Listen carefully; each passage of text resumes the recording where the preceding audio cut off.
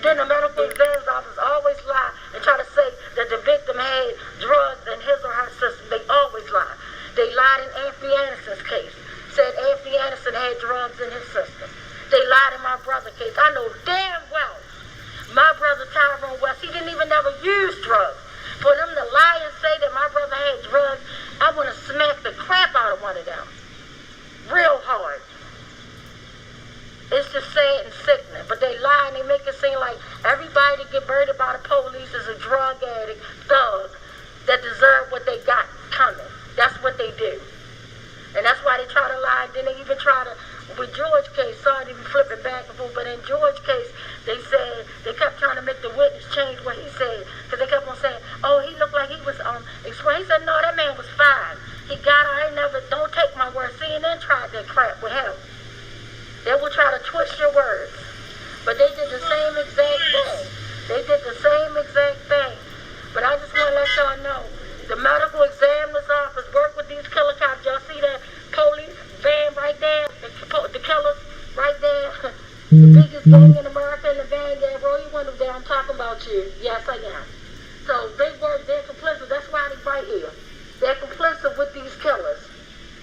They're complicit. I'm sorry, the medical examiner's office is complicit with these damn killers. They're watching us, but they're not solving none of these goddamn homicides in my city. Where people, children are getting gunned down, old women, kids, lottie-dottie, and everybody getting murdered, and you want to ride past and look at us. Fuck out of here. But again, excuse my language, but I'm pissed after seeing a man get murdered. And they're getting off, and it's the same thing. It was like they opened up my brother's casket, put him back on earth to murder him all over again. But I'm not chasing campers. I'm chasing killer cops. I'm chasing this corrupt system. I'm chasing accountability. That's what I'm chasing. That's all I want. That's all I'm in it for. I don't want nothing else. I don't want no money. I don't want no fame. I don't want nothing else. Since I can't have my big brother back, who I love dearly and truly, since I can't have him back, the only thing I want is accountability, transparency, and fairness. That's it. Nothing more, nothing less. So keep your eyes on the medical examiner's office. But the way my brother was beat, pepper spray, chased, kicked, stomped, pulled his hair, dreadlocks, everything in broad daylight.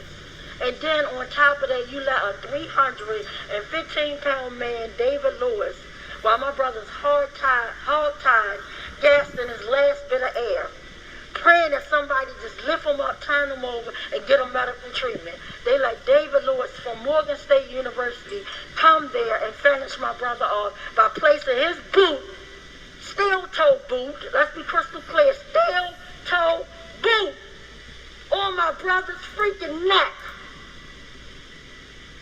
In all his weight, while my brother's in a hog-tied position.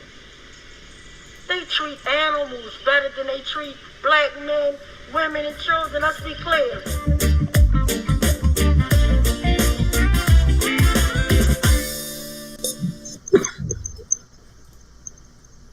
Mic check, mic check. This is West Wednesday, number 410. We're fighting for justice for Tyrone West and for all victims of police brutality. Mic check. Mic check. Mic check. Mic check. Mic check. Thank you, everybody, for tuning in. Like my brother Ben said, this is West Wednesday, week 410. And sorry for all the potty language that you just heard. That was unfortunately when George Floyd had got murdered, pretty much, and they came back. They were trying to say the same exact foolishness, and we had did a big Baltimore protest, and then I was like, I felt compelled to actually go down to the medical examiner's office to let David Fowler and Bruce Goldfarb and Pamela Southall know how foul they were for actually lying and getting these killer cops off with bloody murder. And it's just said, 8 long years trying to fight the same fight, it gets tiresome after a while. And just to kind of start off, I want you guys to keep my family in prayers and thoughts as you all have been doing. It's a real difficult time. I'm actually choked up right now. I've been crying all day. Tomorrow is the day that we say our final goodbyes to my beautiful grandmother.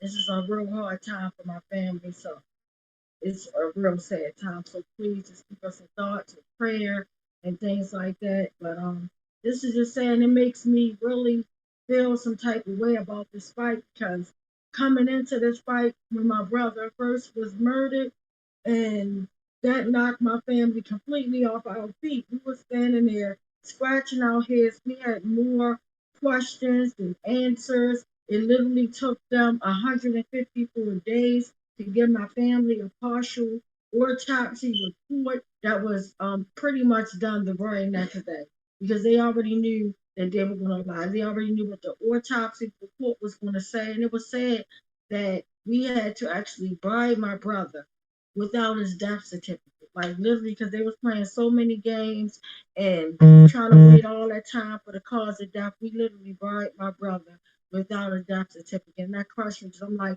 you're born in this world with a birth certificate.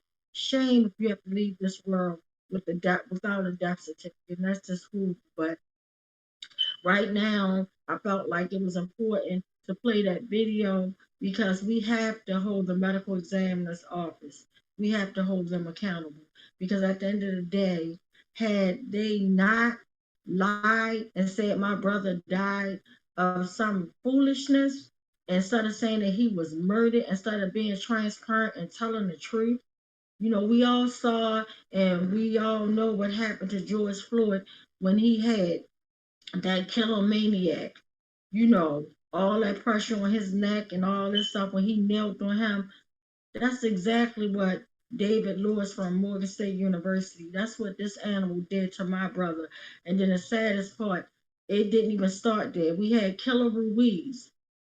Killer Ruiz, that is like a violent repeat offender, him and David Lewis. Both of them are repeat violent offenders, dangerous animals, and they're still currently to this day working for the Baltimore City Police Department. In fact, Ruiz, he now is a sergeant, and Chapman even got a promotion. And it's just utterly ridiculous. Like we learned that it was 6 people leading up to my brother getting murdered. And then for me to learn that it was an additional 18 other complaints, and this maniac like has no restraint. And even though I always call, you always hear me saying Ruiz, but you occasionally hear me saying Chapman, and you hear me saying David Lewis, but even the animals that I don't call, every last one of them. And it's sad because only up to 11 of them admitted that, oh, I hit him with an open fist, I hit him with a baton, I did this, I did that, all this horrible stuff that they did to my brother. Only 11 admitted to, I actually did this, and it's just horrible. But none of them are in a jail cell, and it's just utterly ridiculous. And for me to say that when me and my family started off, my grandmother was here, my cousin Tavon that was on the front line asking questions, why, what, you know, happened to my cousin, my big cousin, he is now gone. Like my uncle Clifton Anderson, that was on the front line screaming, we want accountability. He is no longer here. How many more people in my family have to transition on before we can see accountability? How many? How many more? It's like it's a horrible countdown, and nobody family deserves this. It's horrible.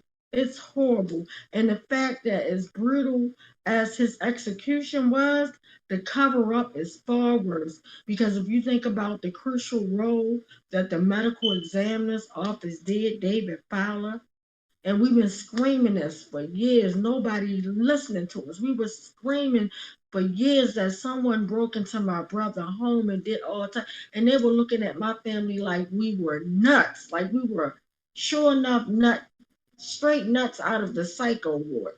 And it's just horrible how they treat your family. And this is enough of stuff to make you literally go nuts. Like it's unreal. But by the grace of God, had it not been for God, I would have been lost it years ago because I know other people that when they go through trauma, some of them kind of turn to the bottle, they use drugs. I don't do any of that. So I'm just like straight up all the time, just got to take all this stuff in. The only thing I can do is just pray cry, pray, keep it moving. And it's just really sad. Nobody family deserves this. And all my grandmother wanted to see was accountability for her first grandchild. All my Uncle Clifton wanted to see, and you guys heard him at a West Wednesday. And he said, I hope I still be here because all I want each and every last one of those animals to be held accountable. He said that. Those were his words. I didn't make this up. And then you heard my cousin Tavon Anderson on numerous times screaming, I want accountability for my big cousin Tyrone West. And literally, my cousin was murdered, and we still have no answers. We're still searching. We're still forced into silence. It's just horrible. It's utterly ridiculous. And I'm just here to say, and I'm not here to like, well, I don't want anybody to have sympathy for me. I don't save your sympathy, save all that. All I want you guys to do, if any which way you can help us out, just help us get accountability. Literally help us get accountability. And the time was way many years ago, but right now I'll say the time is now because right now the attorney general want to pretend, or maybe he's serious. Maybe Mr. Frost is serious, but we'll see. But I feel like people are pretenders until they show me differently. Because so many people, I don't, man, when I say every meeting I done went to, I'm talking about meeting with different mayors, meeting with different people with high positions, meeting with different politicians, meeting with Lottie Dottie and everybody, and they're giving us false hope, false promise, pretending that they care and at the end of the day they don't. It's business as usual for them, but meanwhile, families are suffering.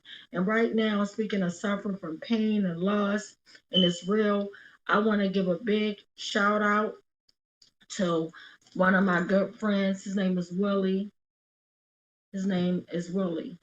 And Flemings and his brother, Timothy Flemings, that was only like 39 years old, 39 or 49 years old.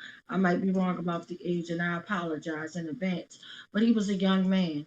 He was just murdered. He was the last one that I heard of that was murdered by the Baltimore City Police Department. And it's just really sad. And today, they had to bury their loved ones. They had to bury their loved ones.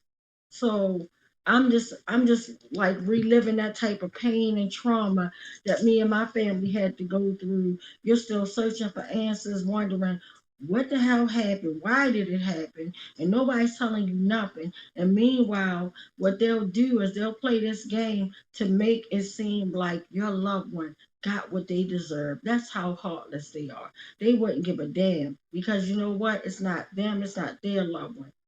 Our loved ones mean the world to us, everything to us, but they mean absolutely nothing to the killers that had no restraint, that just murders our people. And then they go back home and they go sit on their couch and they go love up on their family. And meanwhile, there's a couch space empty in our house. Meanwhile, at the end of the table, there's a seat missing when we have family gatherings and things like that. It's just horrible. And I really honestly thought that after 8 years, I thought that the pain would ease up some. I thought that, and I kept wanting, I'm not lying, like when it happened, I wanted to just fast forward time because I didn't know what tomorrow was going to bring in a sense, but I just didn't want to be in all that pain. And I felt like, because I heard other sisters, I heard mothers, I heard other family members that been in this fight 10 and 20 years, and some of them at the time a year in, like Anthony Anderson family, when I met them, and it was my brother was murdered, they was already into a year of their losing Anthony Anderson. And I'm in my mind, like, I want to be able to have some type of peace. I want to be able to grieve. I want to be able to grieve and do all these wonderful things and try to just, you know, pick up the pieces, but we will never be able to move on without our loved ones, but at least have something. But when you have no accountability, you have nothing. You have nothing but tears, you have nothing but anger, you have nothing but frustration. And I thank my family, I thank my beautiful family. And most of all, I thank my grandmother. I thank her because she taught us how to love. She was the strongest person I know. Strongest person I know. beautiful inside and out. And all she believed in loving, and she loved her family. She loved us dearly. So that is why we've been able to be resilient in a sense and fight this without, and sometimes, like I say, you'll get your good moments where you'll hear us not say any type of explicit language, but then sometimes you'll hear me going off, like, because enough is enough. Like, you get tired of it. You get tired of telling the same story of how your loved one was tortured. Then you get tired in the sense when you go on different panels and they say, well, humanize your brother. Tell the world how he was an artist, how he was a father, of three beautiful children, and he had grandchildren that he never got a chance to meet beside, with the exception of his first grandson. Talk about, but I feel like I don't have to humanize him. Those animals, they knew he was a human. They didn't care if he was a human. They treat, like I say, dogs, animals. They get a better response than what a human being would be. I believe, honestly, that day, if an animal was getting kicked, stomped, and pepper sprayed and tased and all this horrible stuff in which my brother endured and died, if I honestly believe that if those killer cops would have came down, they wouldn't even have did that to a dog. They would have stopped. They would have stopped. Like, it's just sad. Like, I remember being in Annapolis, spending the night, and they putting everything over human life, over human rights. They putting everything over top. Like, literally, we waited till 11 o'clock to testify against the Officer Bill of Rights, and they put animal rights in front of that. They actually had a big police dog, and they were talking about animals getting killed and how they want harsher laws. And I'm in my mind like, you gotta be freaking kidding me. The way they murdered my brother and all of our loved ones, and then they get so disrespectful. They'll tell you, take that carnage back to Baltimore. You guys got a black mayor. You guys got this black. And just like my brother Boom say, all black ain't black and all white ain't white. It's about being human beings. It's about making the right choice. And it's like everybody always said, won't you run for mayor? Won't you run for that? No, I will never run. I will never run. You will never see me campaigning. You know why? Because I feel like all of that stuff is corrupt. Because I see so many good people go in to Poopy Hall with good ideas, good talk, and it seems so sincere and genuine when they're talking. And we need to take these funds from the police and move it over here. We need to do this and we need to do that, and we're gonna have a homicide plan where as though the homicide rate is gonna go down, crime fighting plan, and so many people, more people died last month. We had 38 homicides, y'all, more than the amount of days that we have in a month. That is utterly ridiculous. Each and every night, our community is left to look for who's going to be next. Who's going to be next? And it's just sad. This is the type of trauma and pain that we have to live through every day, on top of killer cops, on top of corruption, on top of all. It's just so much. And even now, down to the way the pandemic happened, the way that we had to isolate ourselves away from our family, and try to be as safe as we could, and then even to the way that the hospitals treat us. They use that and be able to treat our families like an animal when they get behind closed doors, because before the pandemic happened, all type of family members could go in there and be with their loved ones. You could spend the night and make sure that your loved one is okay, because you don't know what they're doing. And I'm sorry to say, I don't trust no damn body. I'm gonna be honest, I don't trust nobody, because I seen the lack of care in which they provide when your loved, because it's your loved one. So we're gonna be there to make sure our loved one gets that standard amount of care. Then all of a sudden these things happen. And it's just like grief after grief. Like, I cannot freaking breathe. I'm like, I can't breathe. And I don't want to get to the point that I'll ever be hopeless, because then that's when I really fear for myself. I'm just looking at like just a turn of events, because I'm thinking about like before my cousin was murdered, Tavon Anderson, before he was murdered, I was actually dealing with losing a beautiful student Noel, like a beautiful baby, a 6-year-old, and learning that my baby, one of my babies, literally passed away. It was traumatizing me, and I didn't know what to say to her beautiful mom, her beautiful grandmother. that raised her, gave her perfect care. You get what I'm saying? So I'm sitting there like, oh my God, and this is, her mom's only child, beautiful baby, angel, and now she's gone. So I'm triggered out, I'm traumatized, and I'm at a balloon release, all that, praying with the family, and then before I can even get comfortable in my damn chair or even wipe a tear off my eye from dreaming about porno out, I get the call that I don't ever want to get, that my cousin was murdered. And then on top of that, it just keep coming and coming. And then for me to learn that one of my friends, Paula Muhammad, just straight went in the hospital. She's here, she's fine, and then she's gone. A mother just gone. And then I can't even deal. I'm at her funeral, her celebration of life, and then to be doing the same thing a week later with my own grandmother. It's too much. It's way too much. I'm past my limit. I really am. So that's why I said all this to say that we have to hold these people accountable, because tomorrow is not promised to anything. So if you're not serious about actually getting accountabilities for these families, for my family, for all of the families, then you need not to pretend like this is not the time you could play aside and say, you know what, when you're out there with us or you see us on here crying, oh, I feel for them, but then the next minute you're being a racist, you're exercising that foolishness, you're not speaking up and saying, correcting nobody, then you're guilty as hell. You're just like those killer cops. This is no time to be playing a game. This is no time. Life is not a game.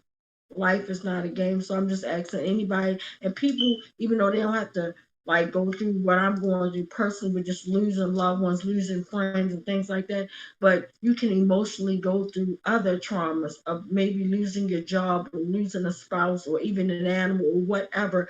Everybody grieve in different ways and everybody suffers loss in different ways. And nobody can say, oh, you're not going through this because this didn't happen. Something bad, period, is bad.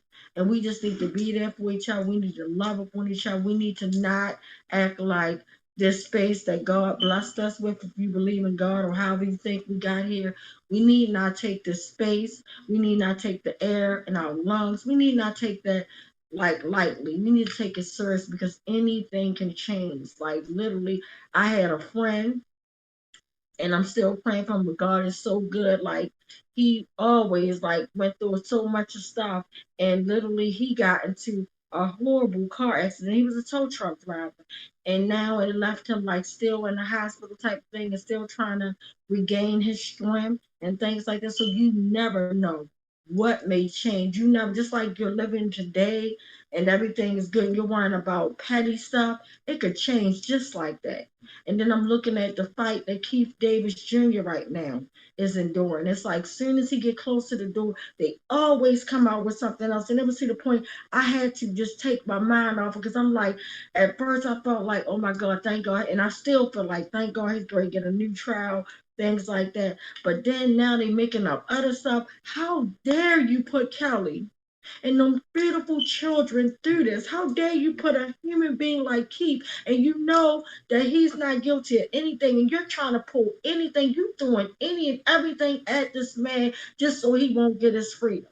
And this is the world we live in. This is the world I got to tell my children that people are okay, people are good. This is the world that this is what it results to. The petty games, the dehumanization, the lack of care, the lack of concern about a human life, a human life. And we just push past. And then the crazy part, nobody's not even considering Kevin Jones' family, who really needs accountability. They don't need the wrong man face on life and all this stuff because of some pettiness, because he survived police brutality. This is what it resorts to. No, they need to get up off their hind parts. Because I'm trying not to use profanity, but they need to get up off of their hind parts and find the right, true killer that killed Kevin Jones and give that mother and that beautiful family accountability. They deserve it. They deserve it. Because guess what? You still got a killer free and you going after an innocent man. You going after an innocent man.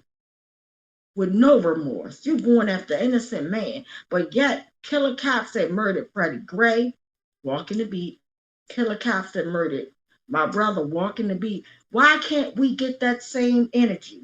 Why can't we get that same smoke when it comes to these dirty, corrupt, stinking killer cops? Why can't we get that same heat? You know why? They don't want it that way. They want it exactly the way it is. And that's a shame. And I can go on all night, but I won't. But I want you guys to get really real about right now, this time. It is crucial that we do something. Right now, just talking about it, that's just lip service. We need way more. We need to make a set of standards, stick to them by all means necessary. Whatever that looks like, all means necessary. Enough is enough. How many more mothers have to wake up in the middle of the night with a phone call about their loved one? Or how many children got to wake up in the middle of the night about their mother or dad getting murdered in these dirty streets of Baltimore City? And it's not a Baltimore City thing. It's a New York City thing. It's a Philadelphia thing. It is a worldwide thing. I call it legalized genocide. And like my sister Ishtan Robinson said, the most profound thing is when she said every case matters. It's not just the cases that we all hear about all day long and all this, that, and the third. And I feel for each and every last one of those. I feel for George Floyd family, Freddie Gray family, Alton Sterling, the list goes on, Michael Brown family. I feel for all my brothers and sisters. And I even had another poor queen, a mother. We call her Mother Justice. It's Mother 7 Justice o'clock. just passed away. And I brought her to West Wednesday. And I met this beautiful soul when I was in Las Vegas. And I still have that poem that she wrote about her son and getting accountability for her son. And now she's no longer here. This fight is wiping people out, y'all. It's wiping us out. That's the reality of it. So what are we going to do? We need to really get serious by all means necessary. Just like I look at Mara, a mother of four. Her 4 children, was her 4 children that she had by Jamal Taylor. Jamal Taylor was executed. And her children, one day, I hope they don't see that horrible video of their father being gunned down like an animal. But meanwhile, back in reality, back in America, they could bring Dylan Roof to accountability without a scratch. They could bring all these serial killers that murder people from hating them because of their skin color. Hate, just purity hate. Nothing more, nothing less. Not that, oh, I knew this person, we had a beef, even though that's not cool to take nobody's life. But the fact, I don't even know you, I hate you just because of your skin color. And I'm going to murder you. And guess what? The officers, they're going to brush my shoulder, they're going to stroke my shoulder, they're going to, even like the killer cop, Amy, they played in her hair. Enough is enough. We passed all that. So I'm just going to end on that note for a few minutes. Mic check. Mic check. Mic check. Mic check. So we have a comment on YouTube from Smiley Forever 66, and Smiley says the Jones family deserve true accountability. Get the right man behind bars. Smiley also commented again saying justice for the family of Jamal Taylor. Mic check. Mic check. Thank you, Smiley. Mic check.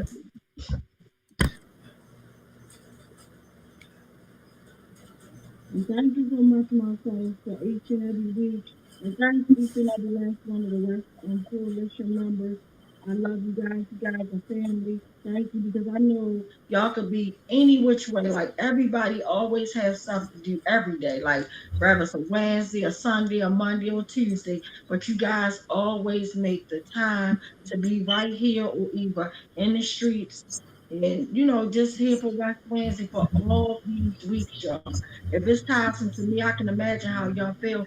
And some of you, most of you guys haven't even lost a loved one. So I just wanted to let you know I love you guys for that. And I don't take y'all love, y'all likeness, y'all kindness for granted at all. I just want to thank you guys. I want to thank everybody that made it down to support Kelly Davis and Keith Davis Jr. on yesterday. I'm sorry I couldn't make it. I had to be at work, and I tried to switch lunch breaks, and I think the action started at 1 o'clock, but it didn't work. I didn't take my break to 2, and it definitely didn't work, but I was there in spirit. So just thanking everybody for being out there. Even people were sending me messages, like one of the twins, the beautiful twins that we met at Morgan State University. I said she had took her baby daughter out there, and she said she was screaming, accountability for Tyrone West and free Keith Davis Jr. And she said she wanted to teach her daughter actually about the movement. So I just want to thank each and everybody in my own personal way. So mic check. Mic check. Mic check. I'd like to mention a few things. One, when you were speaking earlier, Tawana, you weren't certain about Timothy Fleming's age, and I just checked. He was 49 when he was shot by the police on May 16th. Secondly, for the press conference yesterday for Keith Davis Jr., it was powerful. There were about 50 people, and on 2 or 3 occasions, the head of the sheriffs, there were quite a few sheriffs out there, the head tried to push his way through to get to the speaker and kept asking if we had a permit and was trying to shut down the press conference. And you would be proud of everybody there. Many people from West Wednesday and others quickly and boldly surrounded the person who was on the mic, 2 or 3 people deep, and stayed close together so that that top sheriff was unable to get in close and cut off the press conference. So I wanted to mention that. And the other thing is, if you go to the medical examiner's web page for Maryland, and at one point it lists the duties of forensic investigators, and it says one of the duties of a forensic investigator, these are the people when they have a body that comes in and under, mysterious circumstances, or in the case of a police killing, the forensic investigators, one of their duties is to go out to the site where it occurred and interview people. It's not an option, it's a duty. So we're pushing now to demand that when the Attorney General's office reviews the cases of in-custody deaths, in police custody deaths, during the time that racist Fowler was chief, that if those forensic investigators were not sent out to interview the witnesses, which they should have been, and in the case of Tyrone, you can correct me, Tawana, if I'm mistaken, I think there were about 30 witnesses who saw what happened. Am I right? There was 32 witnesses that saw what happened, but they discredited half of them and only left maybe a dozen. So anyway, there were many people that saw. And if those forensic investigators were never sent out to do those investigations, we have to demand when they review the case of Tyrone West that they look at the official testimony those same witnesses gave in preparation for the civil trial. And those were sworn statements by the witnesses about what happened. I'm quite sure that the medical examiner's office under Fowler never considered the witness testimony or interviewed the witnesses, and we have to push for that. We've included in the comments section tonight the email address. If you would like to write to the Attorney General's office and help insist on that, that would be very helpful. So I just wanted to add those things this evening. Thank you, and I'm glad you brought them up. But it's just funny, instead of them doing it the correct way, the way that they did it, and I want the people to be clear. I'm not sure how they did it in everybody else's case, but let's be real clear with my brother Tyrone case. What they did do was very interesting. The fact that they had detectives and police officers sitting in the room while my brother was on the autopsy table getting examined by Pamela Southall and David Fowler. They actually had them sat there while she actually wrote that foolishness down on a piece of paper and got David Fowler to sign and back her up, and then even go a step further to say, oh no, to add insult to injury, oh no, Mr. West had a bad heart. Like, are you freaking kidding me? So, I mean, it's just crazy, like, and that's the way that they did it. And then to even make it's even more worse the fact that you elect not to take, this is Pamela Southall, you elect not to take any photos of an autopsy. Never heard of such. Everybody that I asked, that loved ones passed away or that had an autopsy, I'm like, did you guys get autopsy pictures even showing like exact cuts on the body? They're like, oh yeah, we got, those pictures. And she only pictures that were submitted were seven flimsy pictures, and that was ID photos pretty much of his toe tag, him in a hospital gown, none of his body, and they did that intentionally. It was intentionally done. So it's just sad. And then another thing that I want to add, that they walk into my family's house, his autopsy is not even done. So they walked in with a bunch of lies. Literally, they walked in and they said that Mr. West's autopsy will be performed this afternoon at 2:30 in the evening. I'm sorry. But yet, here it is, 11 o'clock in the morning. They're saying, we want to make sure Mr. West didn't have a bad heart. We want to make sure Mr. West wasn't dehydrated. We want to make sure none of these were contributing factors to Mr. West's death. And sure enough, 154 days later, they literally came back with foolishness. It's ridiculous. Mic check. Mic check. Mic check. Mic check. And I want to give a big shout out. I see one of my good friends on here. I call her Go Hard. I wanted to check in to see if she wanted to say anything. Mic check. Mic check. Hey T, good to see your face. Good to be present with everyone. I don't have anything to say. I'm just here to listen. My condolences for your grandmother and your cousin, and Thank you. Definitely appreciate you. And, this queen, I just want to say a little bit about her. She's been literally like around my family for many years, and she didn't just like pop up out the woodwork, even down to like protecting me, like physically protecting me. And I just appreciate, like, people don't have no idea what standing up for accountability the right way means. Like, that means you're gonna be influenced. That means you're gonna wake up one day and your car tires are gonna be flat. Then they're gonna go so far, not to just mess with your car, they're gonna start hitting your daughter's car at the same time.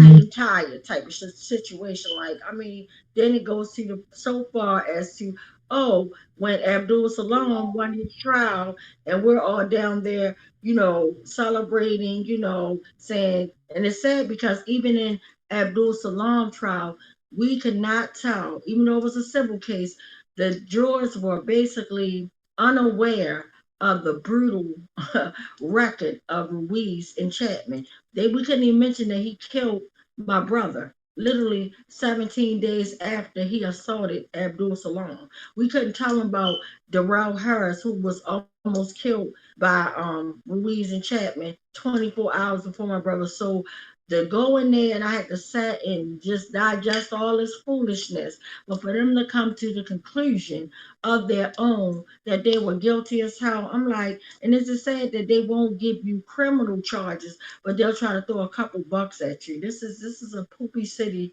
that we live in, a poopy system. It's downright disheartening. It really is. So, mic check. Mic check. Mic check. All right, so moving on. I know every week we read like a sad list of homicides, and again, before Hillary presents the homicide list, I just want to first of all say, let's just take like literally a moment, really. Like, I want us to, if somebody can time us, let's just take 1 minute just to be silent and just like pray or lift the families up in thought. And at this moment, moving forward, lift our whole city and lift our whole world and all the nations that are going through, mostly, Black folks and brown folks getting murdered every single day, but then some are safe, some are not. Like, let's just lift everybody up. Let's lift up Erica Bridgewood and ceasefire that literally, and let's lift up runners for justice that literally actually go out and put their bodies on the line and go to the scenes of, and in these, these horrible places where someone loved one was murdered. So let's just take 1 minute for that before Hillary goes into this horrible list. Mic check. Mic check.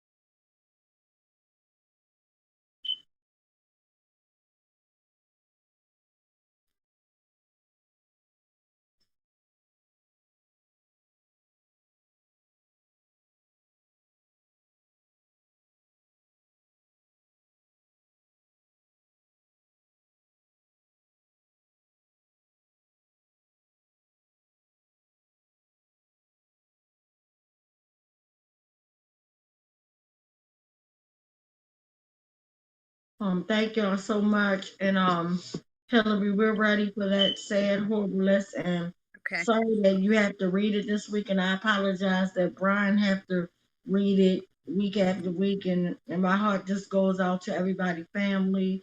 So mic check. Mic check. Okay. Can you all hear me? Yes. Okay. So as we go through this list of the homicides in Baltimore, as Tawanda has so eloquently said every week, we need to really think about all of those loved ones who are connected to those folks and all of the people who are touched by these killings. It doesn't just affect one person, it affects an entire community, each name. So the first name on the list this week is Robert Lee Jones, age 60. Robert Lee Jones. The next one is John Hall III, age 68. John Hall III. Harry Prather, 61. Harry Prather. Sincere Johnson, 21. Sincere Johnson. Clinton Gray, 46.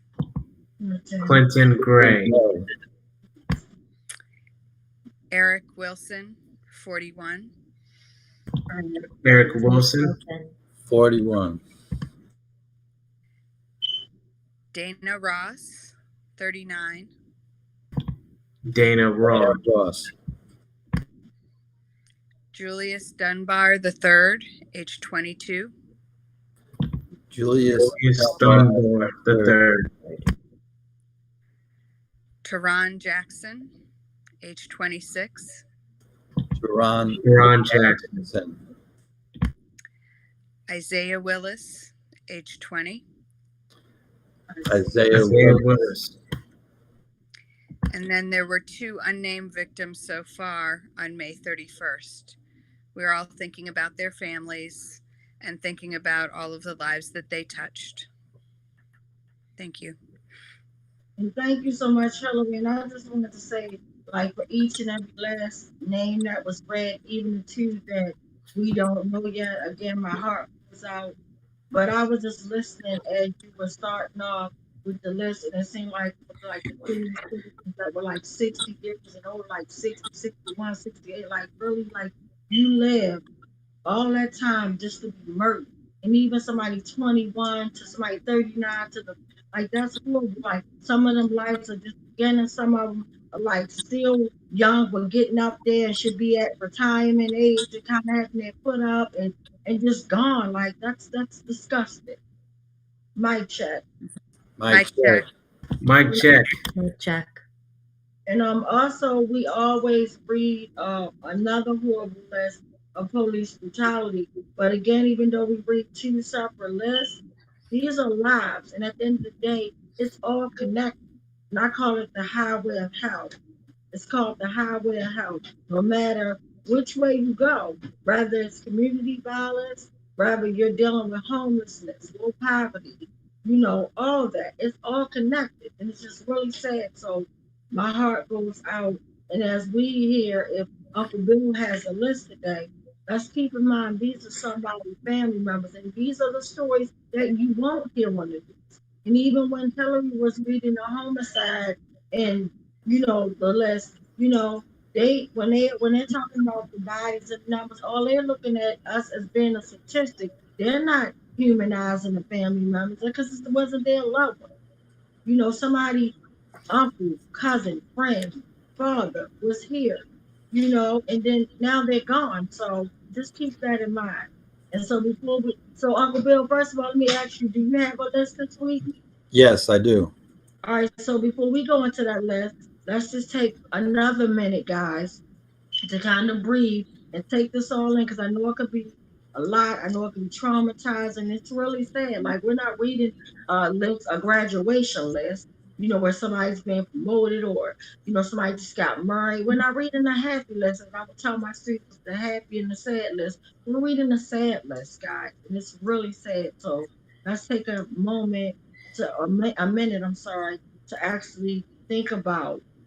God forbid, what if it was one of your loved ones on either which one of these lists? Somebody loved one was here and then now they're gone. And then somebody's forever is just twisted and just gone. It's gone. So let's take a minute, guys, to pray, you know, just into thinking of people, lift their spirits up. You know, let's just lift them up for a minute. Mic check. Mic check. Mic check. Mic check.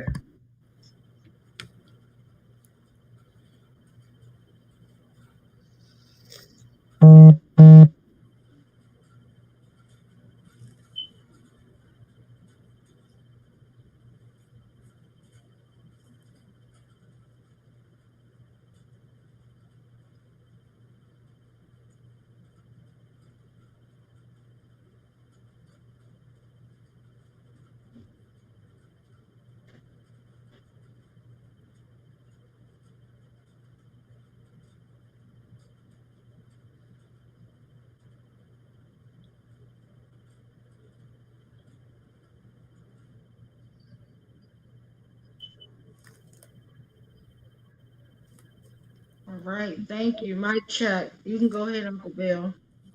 Mic check. All right. I want to start by saying that 18 people were killed by the police over a 5.5 day period. I say 5.5 because the last day reported, these facts come from the Washington Post. Last day reported was the 26th of May, and that may not be complete. Of the 18 people, 3 were killed by police on May 21st, 3 on May 22nd, 6 on May 23rd, 3 on May 24th, 1 on May 25th, and so forth on May 26th. One of the people was killed in a similar manner to the killing of 12-year-old Tamir Rice for having a toy gun. And one was in his 80s, and they claimed that he had a scissors, killed by the police. Of course, the stories here in the Washington Post mostly take their information from the police narrative, so it may be significantly worse than what they report. They're somewhat favorable to the police. And I'd like to uplift the names of the folks that were killed. In 3 cases, we don't know their names yet, but in the others, we do. So we'll start on May the 21st. If you could repeat after me and uphold the name of 23-year-old Courtney Warren. Courtney Warren. Also on the 21st, this is a man that has not yet been identified, was killed by police in Norwood, Louisiana. Another person not yet identified, also on May 21st in Houston, Texas. Sorry that we cannot uplift his name or the family's name. On the following day, May 22nd, North Carolina, killed by, I won't give his age, Adam. Adam. maybe it couldn't hear me over the beep. I'll repeat. Adam Hartley. Adam Adam Hartley. Hartley. On May the 22nd again, this time in Beaver Township in Michigan, the 63-year-old Johnny King. Johnny King. In Adele, Georgia, 31 years old on May 22nd, Steve Newsom. Steve. Steve Newsom. On the 23rd of May in Athens, Georgia, 38 years old, Juan Castellano. Juan Castellano. Again on May 23rd, this time in Parkersburg, West Virginia, 34 years old, Rufus Ramsey. Rufus Rufus Ramsey. Ramsey. Again on May 23rd in College Station, Texas, 21 years old, Roderick Merchant. Roderick Merchant. Merchant. In Red Bud, Illinois, May 23rd. They don't give this person's age. Timothy Snyder. Timothy Snyder. Killed again on May 23rd in Kings County, California, 30 years old, Manuel Moreno. Manuel Moreno. Moreno. Once again on May 23rd in Williams Township, Pennsylvania, 55 years old, unarmed. This person has not yet been identified. I apologize that we cannot uplift his name. On May 24th in Nogales, Arizona, 39 years old, Glenn Cockrum. Glenn Cockrum. On May 24th, right nearby, in Washington, D.C., 26 years old, Vado Hall. Vado Hall.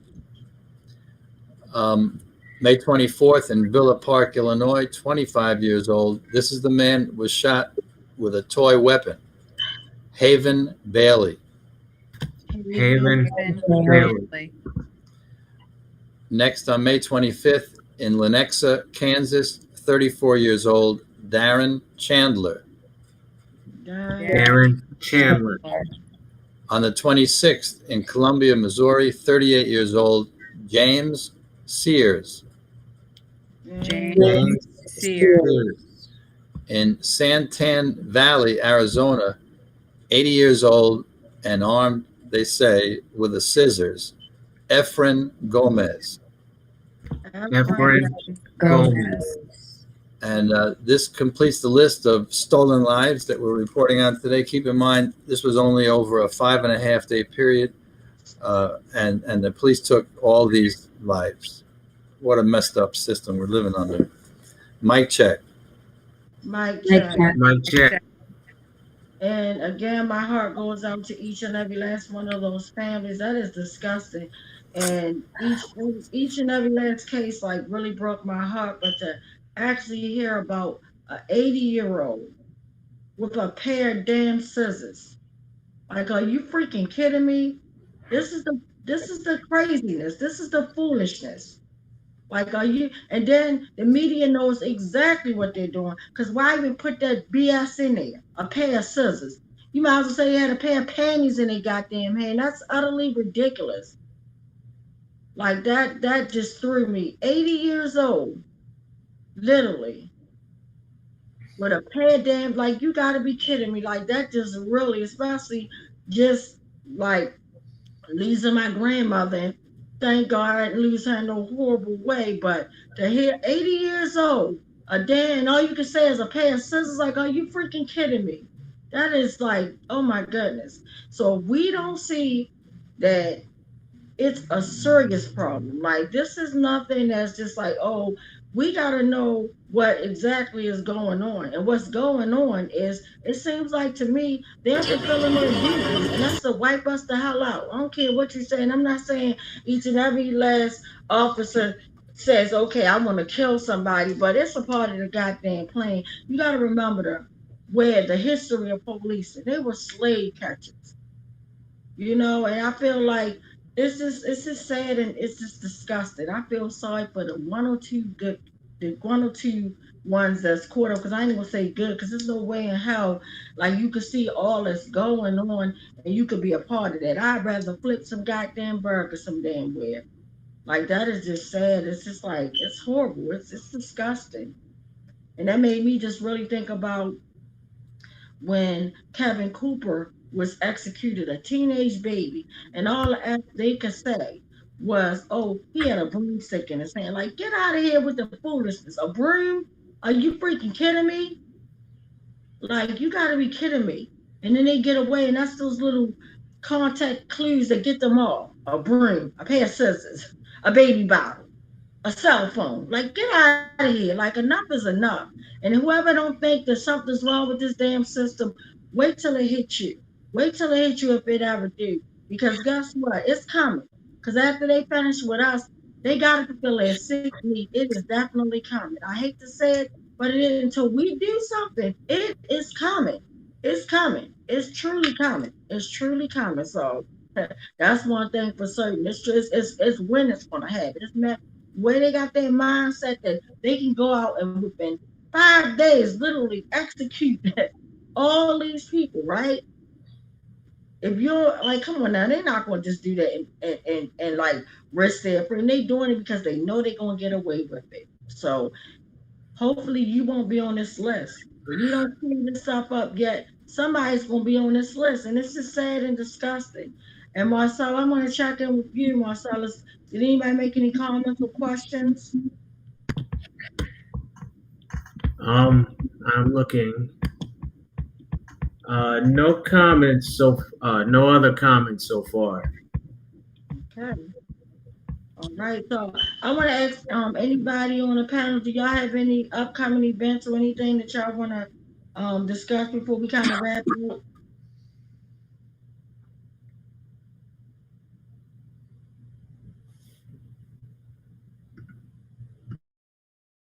All righty. Well, I just want to say that do not for 1 second take life for granted. And even in like the midst of pain, you still can't even take your blessings for granted. So that's why like I'm so humbled today, because with my cry on the way home from work, I've been crying at work, on break. Like then some moments I'll get happy again, but just looking at life, you cannot take this precious gift, because we all have an assignment. It boils down to this. We all, as human beings, whether you believe in God, whether you don't, we all have an assignment. We have work to do. And that's why we all are blessed to have these different creations, these different talents, these different skills, because no man, no woman, even twins, right? They all have their own separate blessing in which their separate talent in which they do or possess, right? That's to me is a big part of history, right? His or her story. And we have to make it come down to what will your story, what will your life speak when it comes to an end? What will people be saying about you? What kind of person you was? What kind of work did you put in? So if you're lacking in any area right now, it's never too late. It's never too late to turn it around. And the time is now. Do something now. Enjoy life, enjoy your blessing, because even though in life we're going to have death, we're going to have our ups and downs, our good days, our bad days, our sad days, but you have to enjoy every moment, because these are moments that we will never get back. Like this is a day that we have never seen before. And unfortunately, this is a day that we will never, ever see again. But we have to take it all into perspective. What will your story speak about you when it's all said and done, when everything is over, this life, in this life, not eternal life, but in this life, what will your story say? What type of person are you? And that's why I'm urging everybody, no matter what, always do the right things, always live in love, live in integrity, live with respect, treat people the way you want to be treated. It's always different. The pain hit different when it's you. That's why if you see anybody going through anything, whether it's addiction, rather it could be anything, any ailment, right? Support them in whatever way you can to help them become a better person. By all means, even if that means, hey, I might can't give you my money straight up, but if I can support something else you're doing to get you the help you need, that's what we're here for, to help and love each other. By all means necessary. Do not take this life granted because it could be gone just like that. Tawanda, Yes. I'm sorry. I thought my mic was on a moment ago when you asked for announcements, but I accidentally had it off. So may I make an announcement now? Sure. Well, give me 1 second and you can make it as soon as I'm done. I'm almost about to wrap up. Sorry for interrupting. Okay. No problem. But I wanted to give a big shout out to my man of God, and that's my bishop, Pastor Andrew Wilson. He's amazing. He always come for the call. He was there for my family, for my brother, from my uncle, now to my grandmother, and I just don't take any of that lightly or for granted. So I want to give a big shout out to him for being a true man of God, and that's putting in work. Mic check. You can go at Uncle Bill. I just wanted to say that once a month we have the Challenge discussion. Challenge is the revolutionary communist newspaper of Progressive Labor Party. And next week, after West Wednesday at 9 o'clock, Linda's going to be picking out one of the articles, and we're going to have an exciting discussion about it. And like Harriet Tubman tried to weigh all the strategic possibilities for how to defeat slavery and followed on a wise path, we also now have to weigh all the possible strategies for defeating police brutality, racism, and this whole capitalist system. So I encourage people to join us next week, 9 o'clock after West Wednesday. Mic check. Mic check. Yeah, and I just want to thank you for making that announcement, and I'll definitely be there because to me, without understanding the big true struggle and how they're trying to solve this thing, I'm trying to solve it in any, like I said, by all means necessary. Like, so whatever that boils down to, I'm praying that it boils down to love and peace because that's just who I am. That's how my grandmother, my mother, all my family members raised me to be, and that's just who I am. But by all means necessary. So I just want to let everybody know I want to encourage you guys to live, to love to live. I want to encourage you guys to just be there for each other, because we just never know when it's our time. And let your life speak in echoes and volume right now. Be the best that you can be. The best. That's what I always tell my people. At the end of the day, we always say we did our best. So if you can say that, whatever your best is, kudos to you. Keep doing your best. Keep contributing. Don't just be a taker, be a giver. Give as much as you can. So I love you guys. I'm going to take you out with the video. It's kind of old, but it's a video that I made. No justice, no peace. In regards to my brother Tyrone West. And you see like the old mayor there. You will see different things there, but it was what I mean. I made it from my heart. I literally made the song up in one day. I don't never write things down, but I actually created that piece, and my best friend G Major, he put the beat together, and Baltimore Block put the video together. So thank you guys. Live to love to live. I love you all.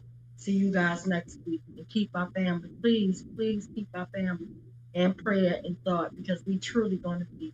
Thank you. Mic check. Mic check.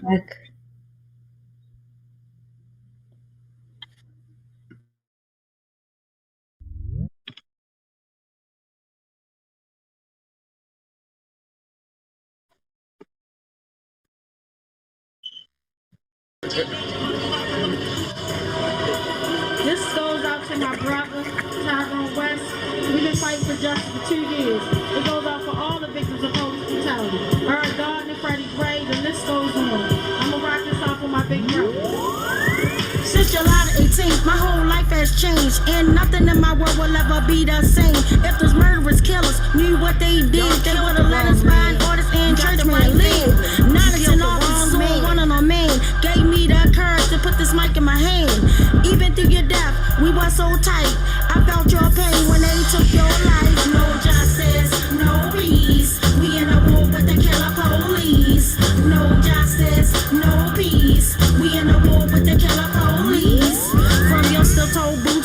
wear blue hats. The worst gangster police in their leader is bats. I sent you off the chair and broke the leg.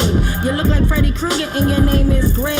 When it comes to crooked cops, you are the softest to go for cover-ups in the ME's office. I won't stop, I can't stop until killer cops are in cell blocks. No justice, no peace. We in a war with the killer police. No justice, no peace. We in a war with the killer police.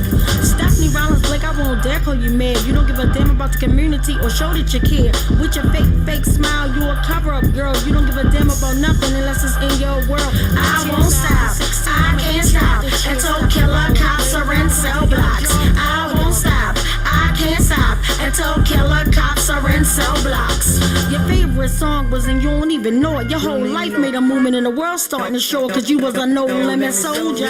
I thought I told you, God picked the king and he showed no justice, no peace. We in a war with the killer police.